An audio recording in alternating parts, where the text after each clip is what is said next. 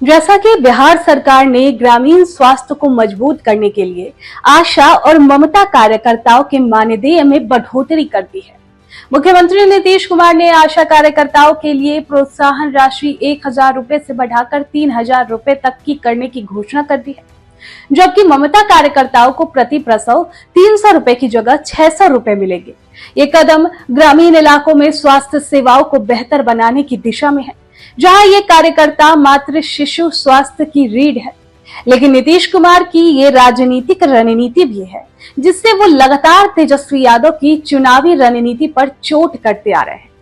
दरअसल 2025 के विधानसभा चुनाव से पहले नीतीश कुमार की ये घोषणाएं तेजस्वी यादव के लिए बड़ी चुनौती बन गई है।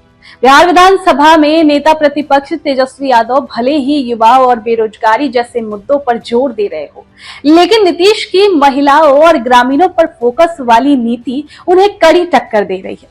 जानकार इस पर कहते हैं कि अगर नीतीश कुमार इस दाव को सही खेलते हैं तो तेजस्वी की रणनीति कमजोर पड़ सकती है और एनडीए की चुनावी जीत की राह आसान हो सकती है। ऐसे में चलिए जानते हैं नीतीश कुमार ने हाल में जो घोषणाएं की है वो कैसे बिहार के सियासी समीकरण को सेट करने में नीतीश कुमार के नेतृत्व में एनडीए को सफलता दिला सकता है।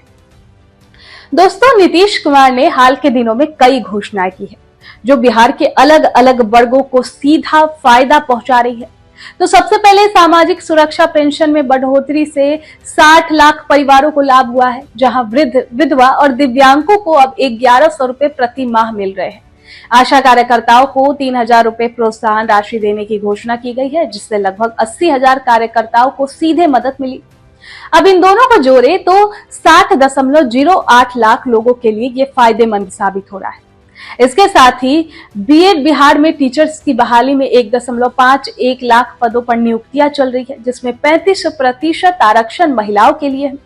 तो अगर आधे पदों यानी 75,500 पर भी बहाली हुई तो 26,425 महिलाओं को नौकरी मिल सकती है।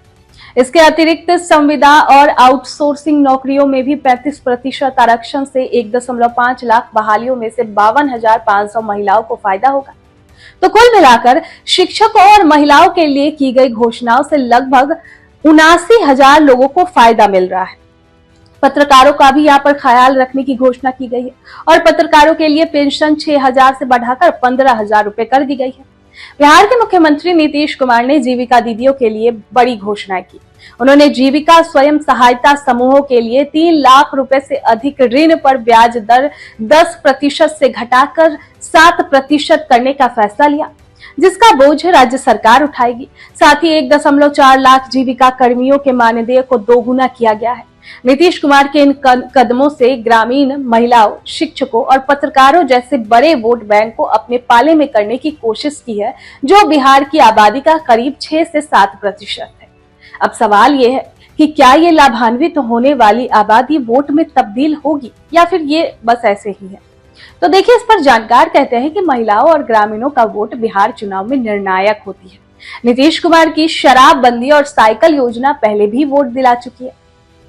अब ऐसे में इसी रणनीति को आगे बढ़ाते हुए नीतीश कुमार ने हाल के दिनों में महिलाओं के लिए कई बड़े फैसले लिए हैं। इनमें सरकारी नौकरियों में 35% आरक्षण सबसे बड़ी घोषणा है, जो बिहार की महिलाओं को नई पहचान देगी। इसके अलावा साइकिल योजना, कन्या विवाह योजना और शराबबंदी जैसे कदमों ने महिलाओं के जीवन को बेहतर किया है।